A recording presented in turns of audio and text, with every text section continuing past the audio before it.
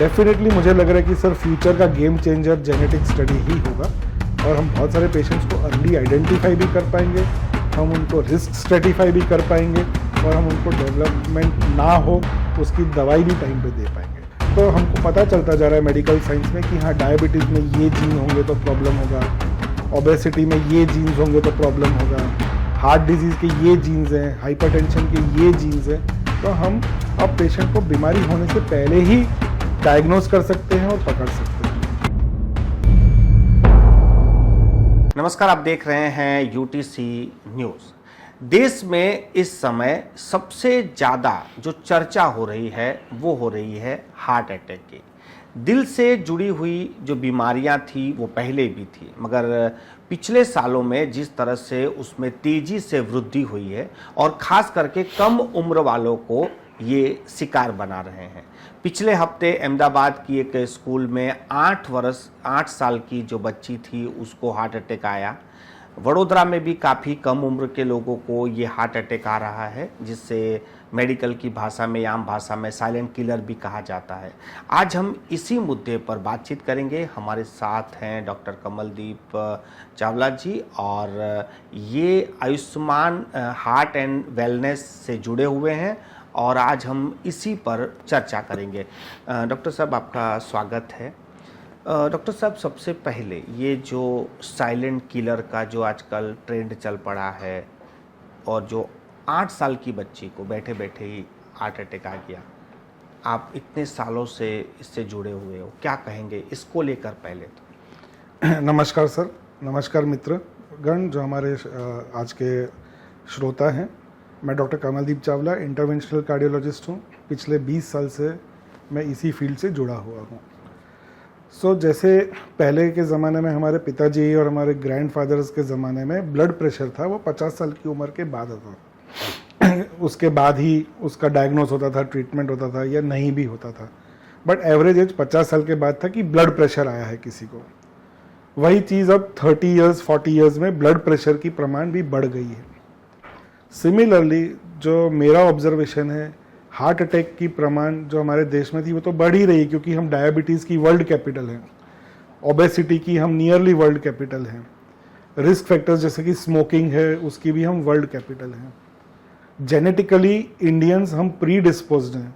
Indians यानी कि south east Asians, Afghanistan से लेके इंडोनेशिया तक जो प्रजा है, हम सबका जेनेटिक मेकअप इस तरह का है कि हम लोगों को हार्ट की बीमारी, डायबिटीज़ का प्री डिस्पोजिशन बहुत ज़्यादा है। उसके ऊपर एनवायरनमेंटल रिस्क फैक्टर्स अब ऐड ऑन हो गए। बच्चे बिना पिज़्ज़ा, बिना मैदा के खाना ही नहीं खाते, माँ बाप की सुनते ही नहीं है कि हरी सब्जियाँ लो। जो फूड फैड है, फास्ट फूड का चलन बहुत हो गया, ये एनवायरनमेंटल फैक्टर है। यंग एज में जॉब का स्ट्रेस, पढ़ाई का स्ट्रेस बहुत ज़्यादा है जो पहले नहीं था। पॉल्यूशन एक बहुत इंपॉर्टेंट फैक्टर है जो पहले नहीं था। जो हवा में जो TDI जो होता है उसके कारण लंग्स और हार्ट दोनों अफेक्ट होने शुरू हो गए। थोड़ी असर पोस्ट कोविड भी हम लोग देख रहे हैं कि बहुत ज़्यादा हार्ट अटैक्स के प्रमाण हो गए। कोविड में पर्टिकुलरली हमने देखा था कि स्टेरॉयड का बहुत यूज़ हुआ था, जिससे बहुत सारे यंग लोगों को डायबिटीज़ शुरू हुआ। वही चीज़ है कि उनको थोड़ा हार्ट की बीमारियां भी ज़्यादा शुरू हो गई। स्ट्रेस रिलीफ की तरह या बैड हैबिट की तरह स्मोकिंग का प्रमाण यंगस्टर्स में बढ़ता जा रहा है। तो ये सारे जेनेटिक कारण, रिस्क फैक्टर्स के कारण और उसके ऊपर एनवायरनमेंटल हजार्ड्स जो है, इन सब के कारण यंग लोगों में हार्ट अटैक की बीमारी बहुत ज़्यादा प्रमाण में अब दिखने लगी है। दूसरा, अवेयरनेस बढ़ा है तो वो लोग शायद डॉक्टर के पास भी ज़्यादा जाते तो पता चलता है कि हाँ, ये हार्ट अटैक था। पहले क्या था, अवेयरनेस भी नहीं था, वो लोग डॉक्टर के पास जाते नहीं थे तो बात दब जाती थी। तो ये बहुत सारे कारण हैं जिसके कारण हम लोगों को लगता है कि ओहो हमारे देश में ये बढ़ गया है। हमारे जीन्स डेफिनेटली शुरू में भी ख़राब थे, अभी भी ख़राब है। बट अगर हमको पता कि पहले के ज़माने में जो गेहूं का दाना था, है ना, लंबा और मोटा दाना होता था, उसमें ग्लूटेन बहुत कम होता था। जैसे जैसे किसान ने खेती बढ़ाने की कोशिश की, हमारे देश में अनाज की कमी ना हो, तो अभी जो गेहूं का दाना है वो भी अलग हो गया। उसमें ग्लूटेन पहले जो 4% से कम होता था, अब गेहूं में एवरेज ग्लूटेन 15% के आसपास होता है। ग्लूटेन यानी जो बॉडी में स्टार्च को बढ़ाता है वो वाला द्रव्य। तो बहुत सारे फैक्टर्स मिलके हमारे देश में इस बीमारी को बढ़ा रहे हैं। दूसरा सर, जो आपने शब्द यूज़ किया साइलेंट किलर, तो मेडिकल लैंग्वेज में साइलेंट किलर नॉर्मली डायबिटिक्स में जो हार्ट अटैक होता है उसको कहा जाता है, क्योंकि उनको पता ही नहीं चलता कि चेस्ट पेन हुआ और हार्ट अटैक हो जाता है। बट या जैसे जो आप 3rd स्टैंडर्ड की बच्ची जो 8 इयर्स की थी उसका जो आप केस बता रहे हैं, पिछले दिनों ट्यूशन क्लास में सीढ़ी चढ़ता हुआ बच्चा था, उसको भी हुआ था। अब वो क्या था बोलना तो मुश्किल है सर, वो लंग्स में ब्लड क्लॉट भी हो सकता है, वो स्ट्रोक भी हो सकता है, वो हार्ट अटैक भी हो सकता है, बट येस डेफिनेटली वो अरिथमियाज भी हो सकते हैं, जैसे हार्ट की गति की जो अनियमितता हो जाती है। यहाँ क्या हो सकता है वो कहना मुश्किल था, बट एक ही चीज़ है, स्कूल में जो अवेयरनेस प्रोग्राम है या स्कूल हेल्थ चेकअप थोड़ा प्रॉपरली हो तो उससे ऐसे सब केस आइडेंटिफाई हो सकते हैं। सर जैसे आपने 2-3 बार अभी ये जीन्स की बातें की, तो ऐसा होता था कि पहले कुछ रोग होते थे जो हमारे जीन्स में आते थे। क्या हार्ट अटैक जैसी बीमारियां भी अब जीन्स में आने लगी हैं? ये जो आप जीन्स को जो चेक करते हैं वो क्या है? सर आपने बहुत ही इम्पोर्टेंट क्वेश्चन और बहुत ही सही समय पे पूछा है। ह्यूमन जीनोम प्रोजेक्ट एक चला था जिसमें बहुत सारे देश जुड़े थे और अमेरिका उसको लीड करा था।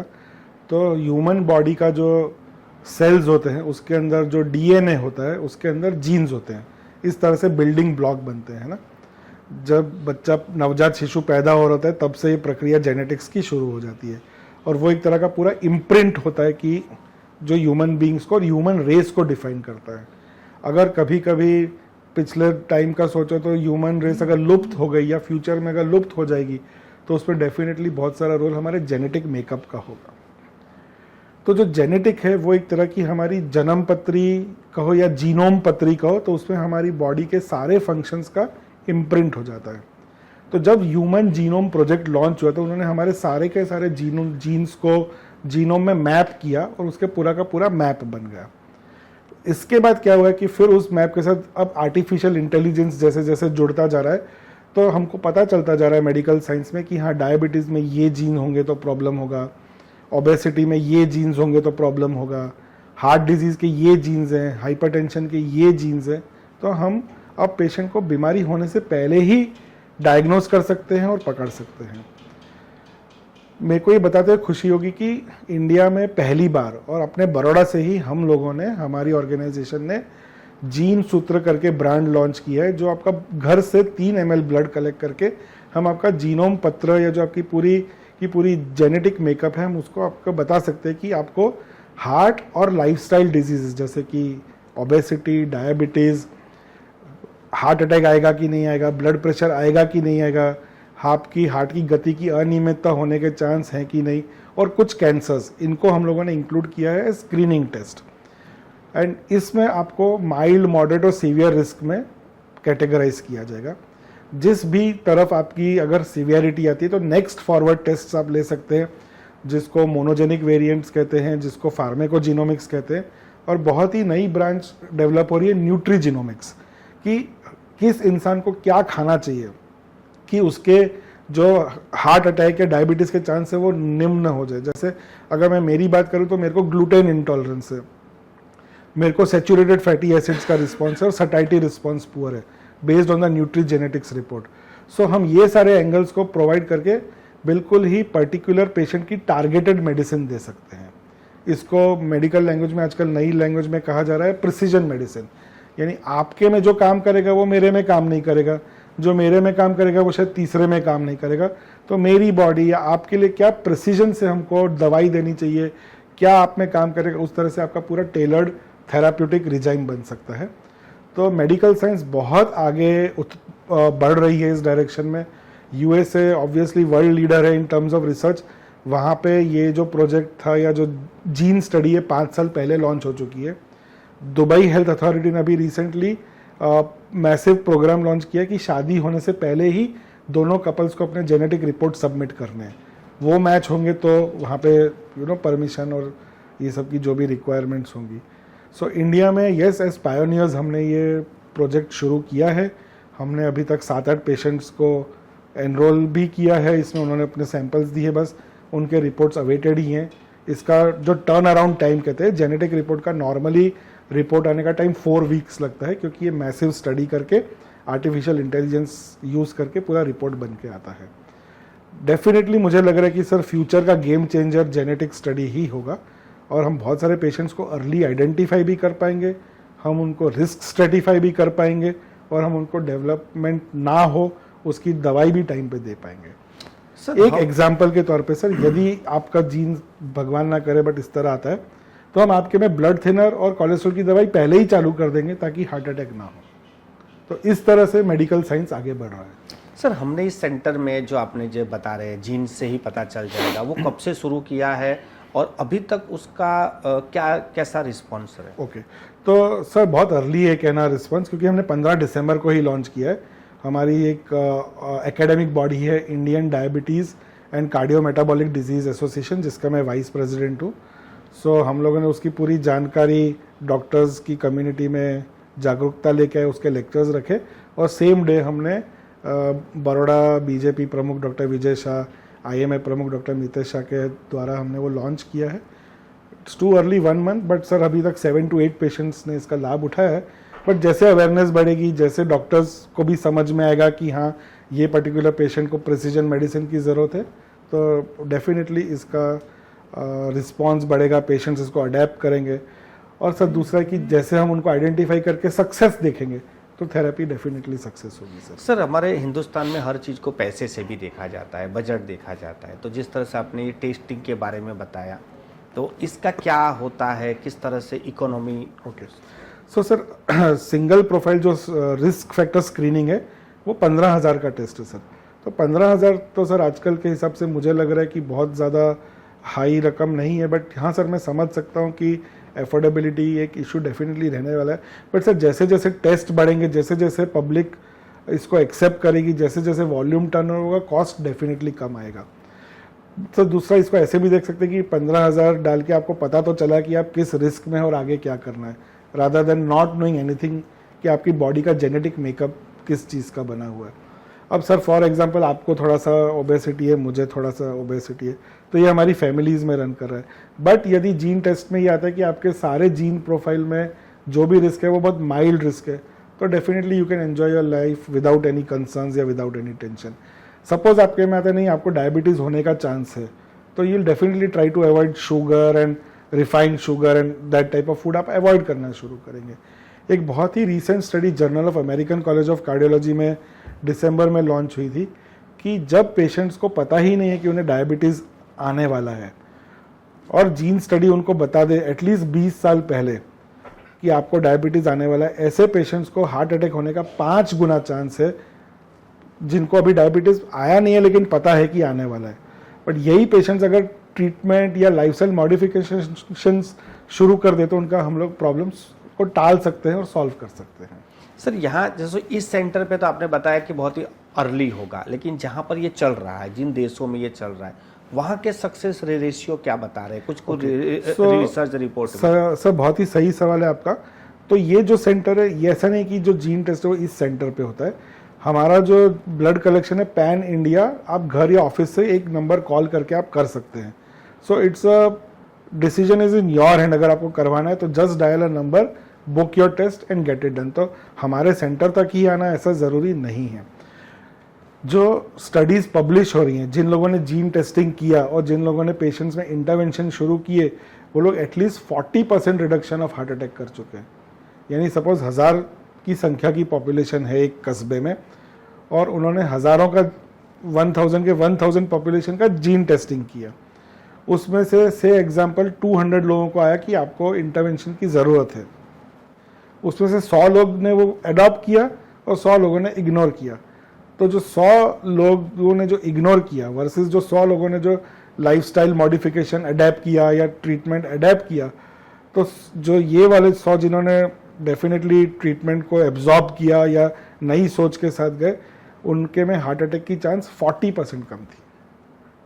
तो सर ऐसा ये बहुत बड़ा डेटा है सर। तो सर ऐसा कह सकते हैं कि जिस तरह से अभी तक की जो इलाज चल रहे थे हार्ट अटैक के बारे में, कि लोगों में अवेयरनेस लाया जा रहा था कि अपना खान पान कम कीजिए या नियमित कीजिए, तो उसके बजाय ये जो उपचार है इसका सक्सेस काफ़ी अच्छा रहेगा?